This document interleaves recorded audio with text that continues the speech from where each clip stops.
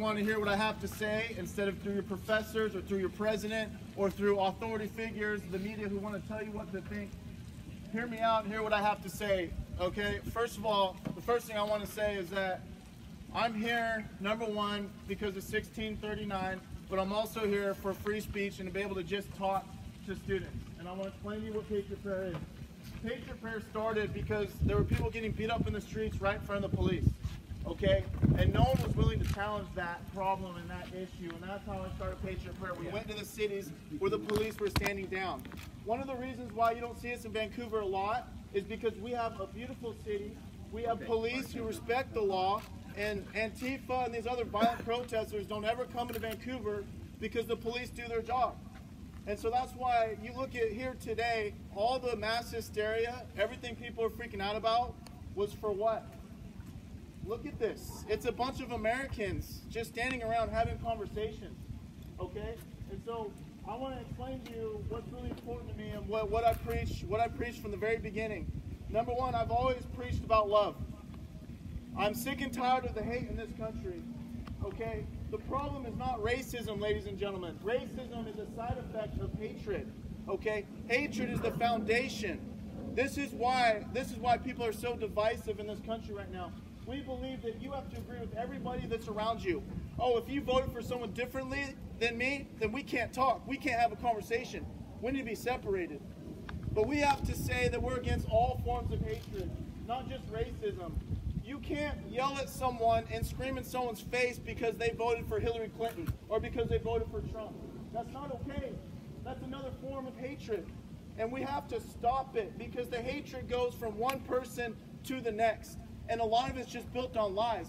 There are people in this school who came here today believing that they hate me because of things that the professors have said.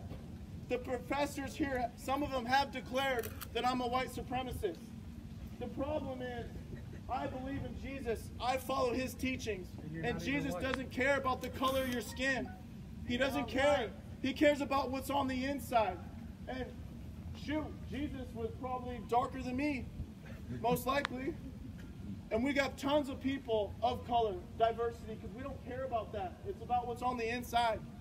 And so for me, the one driving force, the reason why I do what I do is because I believe in God, I believe in Jesus, and I believe he is the answer to some of the biggest problems that we have in this country.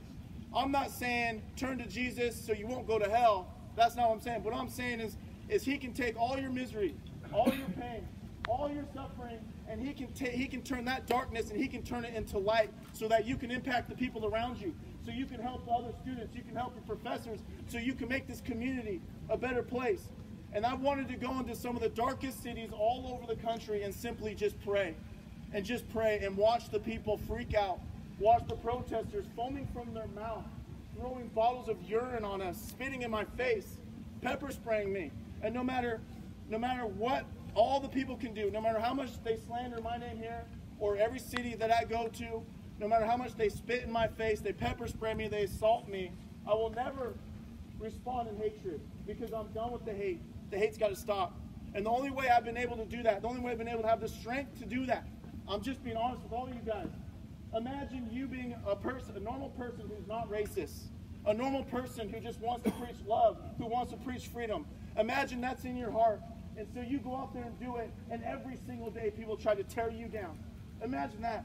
Every single day people try to say, you're hateful, you're a bigot, you're a racist, you're a Nazi, everything that you stand against. Imagine every single day people putting that on you, putting it on your shoulders, having to carry that every single day. Do you understand what that's like?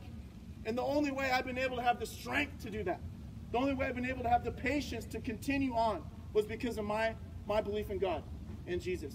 That's it. That's it.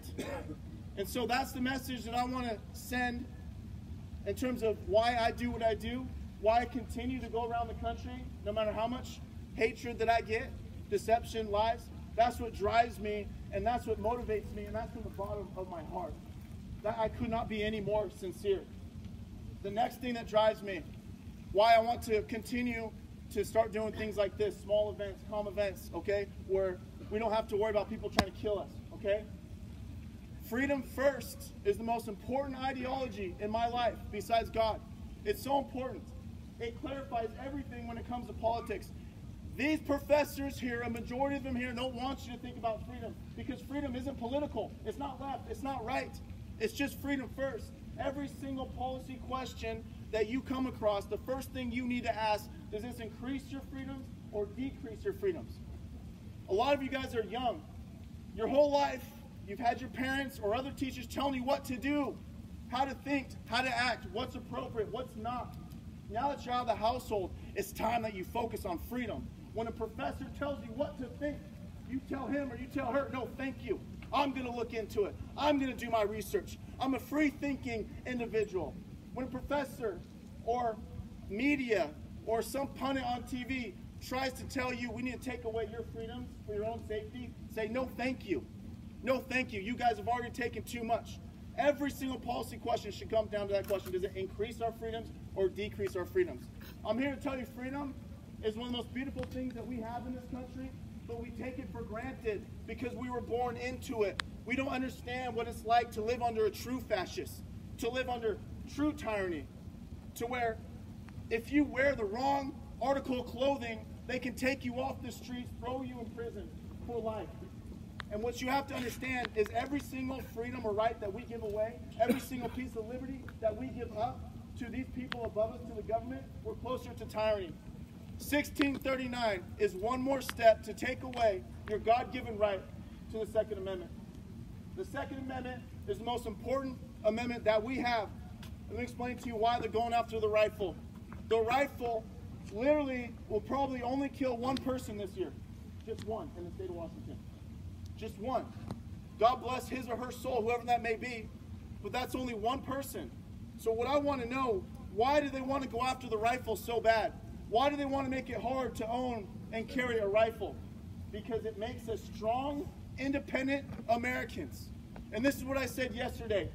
When we as Americans, the millions of us who own rifles, who legally own rifles and never commit crimes, and remember, no crime is committed with rifles. It's all handguns. Ask the police, okay? When millions of us in this country own the rifle, we have the largest sleeping military in the world.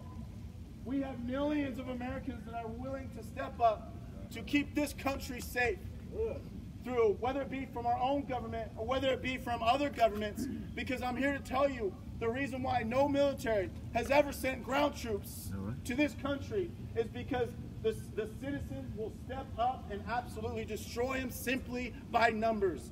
China only has 3 million, which is a lot, 3 million in the military, but none of their citizens own guns. We have hundreds of millions of citizens on this country ready to protect this soil. And this is why they despise the rifle, because it makes us strong, independent Americans to where no matter what happens to our government, whether our military falls, and don't you tell me our military will never fall. Every great military falls. When our military falls, us, the American citizens, will have a way to defend our country. I want to give a little explanation about my heritage and my history, something I'm a little bit ashamed of, and then I'll finish up here. But I've talked about this several times. During World War II, okay, the Chinese military failed to protect their own citizens, okay? They pretty much lost to the Japanese military. And for those of you who don't know what happened, the Japanese military went through China and completely just ravaged the land, raped and murdered all the women, even the children. It's one of the most disgusting things that happened in just not too long ago that people don't know about. And one of the reasons that happened is because you had the Japanese military with all their guns and you had citizens left to fend for themselves. That's not okay. I'm here to tell you that the Japanese would have never set foot on our country because of our rifles. See, this is something we got to think about. I'm sorry about the one person who will die from a rifle in Washington State, but we have to think about how many millions of people's lives we save every single day simply as the deterrent of having a rifle in so many random households across this entire country, okay? And so that's why I'm here to say no on 1639 and look into it, because they want to make criminals out of kids who are 18 to 21 who go hunting. It's been a tradition in their family for a long time. They go hunting at 18 years old with a semi-automatic rifle. The police if found on him, are going to have to arrest him and make a criminal out of him. They want to register how many guns you have, where your guns are at, and how you lock up your guns. Again, we're giving more power to the government. We're pretending like they're here for us. The government doesn't care about you guys. The government despises you and wants to know who has the weapons so that when the government comes knocking on your doors, they know exactly where to go. And they want more permits, they want more money, they want more classes. Again, it's the government saying, we need more money from you to protect you. I want to know, at what point are we going to say enough is enough? At what point, as you students or older, whatever, at what point are we going to say we're done giving up our freedoms to this government? Because I'm telling you, if this passes, it will not stop at that. It will not stop. It will continue. Just like in London, they went after the guns, okay? Everyone said, fine, take my weapons, take my weapons. Now they're going after the knives. They're going after the knives. What's next? They go after the fist? You are more likely to be murdered in cold blood with someone's fist, with their bare hands, than a rifle. But they're going after the rifle, ladies and gentlemen. So I'm just here. I'm not going to tell you guys what to think, what to do, or whatever, like your professors do. I'm here to ask you to open your mind. I'm here to ask you to, hold on, you ask questions if you want. You ask questions. Don't do that. Okay, give me a second, you can say something, okay? I'm here to ask you to think on your own and to look through the deception, look through the lies, look into 1639. If you're not already registered to vote, make sure you get registered to vote, okay? So if you got a question, you got a question? Have you met our professors? Have you talked to anyone here that had a professor that said that a racist, hateful group is coming in here? Anybody? Anybody? There you go. Anybody? It's been posted all over the WSU website to say that the professors are fear-mongering. Maybe you have good professors. That was a student initiative, I'm not talking about that. I'm asking about professors. Exactly. Yeah. Have you talked to any of the professors? I'm a student too. I've had students reach out to me. That I have, they very much emphasize that we need to look at the policies. We need to look at specifically for this thing. Good. My Amen. professor gave me the voters pamphlet. He said, Good. look at against, look at for, and then you decide. Good. So not all Amen. professors. Is that a bad? That's not a bad thing, right? Right. But, Okay. But saying Okay. your professors do this, your professors do that, your professors are telling you what to believe. My bad. Some professors in this school, hold on. Some professors in this school, I'm gonna order better. Some professors in this school are telling you what to think. All right, they made a judgment about this group, right? Yes. Some did. Thank you. My apologies. Some have not. Like Canada, this man saying they actually gave him the voter's guide, so that's good. In Canada and America, most professors, most academia is liberal. Yeah, that's Being true. liberal doesn't give them the right to take away my right as a student on this campus. That's another generalization. Just because you guys are conforming us into this group, how about if you're a moderate? What if you're a conservative? You chose to be in a group and say something as a group. You're putting us in a group. I'm an individual. You just said that you as a group opposed this happening. Because there was multiple people. What group are you in? Why do I have to What say? student group are you in? Why do I have to say? Because you just said that. No, but you said liberal, right? It doesn't, nobody has the right to take our rights for free speech away. Liberal, left, right, your student group, the student group I'm in that posted all the lies everywhere. Lies? No, there was other multiple propaganda that we did not post. What group are you in? I can't tell you what I think if I don't even know who you're speaking for. No one's in a group. No one's in a Everybody group. is Free-thinking parts, individuals. everybody is parts liberal. Everybody is parts conservative.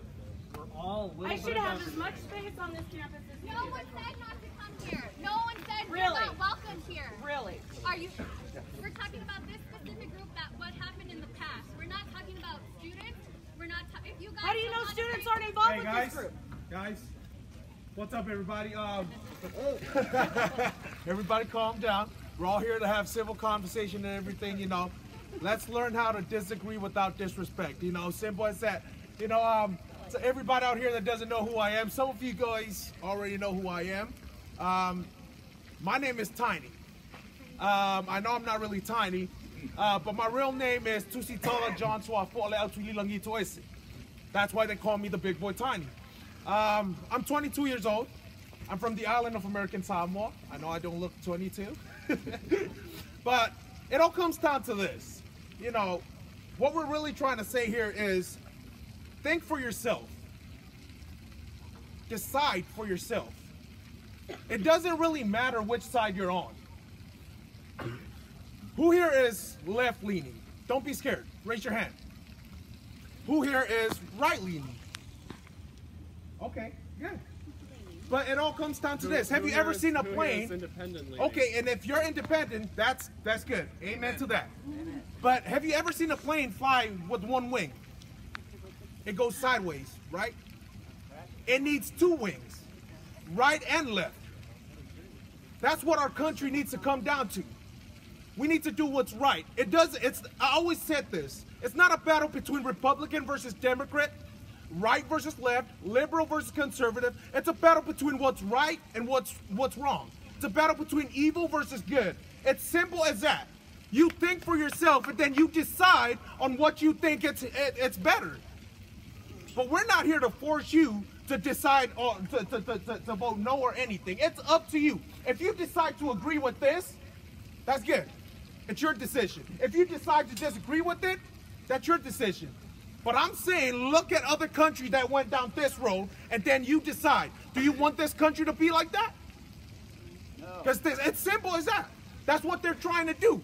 The government wants this argument between the left and the right, so it distracts us from the real enemy, which is them on the top. Simple as that.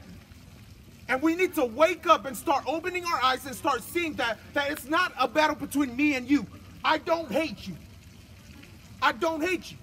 The only reason why you see Tiny throwing fists at rallies and stuff like that is because people are attacking elderly people. That's the only reason why I got involved. I got sick and tired of seeing people mob like dogs on the street. And I told people that comes out with masks, hey, I will lay my life down to defend your freedom of speech if anybody from my side is attacking you. Amen. Simple as that. Because I believe in the Constitution, and I believe in what's right. And like it or not, even if you disagree with me, it's still my right, because we have different views, but we don't have different rights. That is what this country was founded on. So think like that, guys.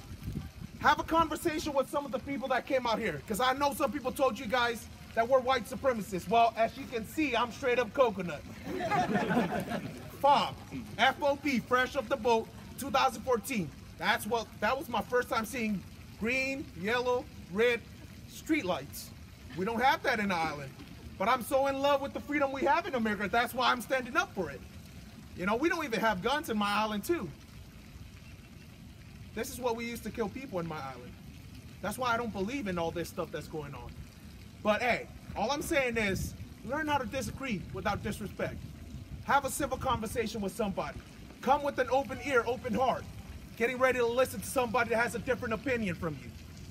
You know, and then you guys can agree to disagree. Because if you say what I'm saying is hate speech, I can pick out some stuff that I disagree with you that's hate speech. Just because you disagree doesn't make it wrong. Doesn't make it hate speech. Because I can say I love bacon, and it can be hate speech to a vegan. That's why we have free speech. So say whatever you say as long as you're not hurting anybody. So God bless everybody. Let's have a good time today.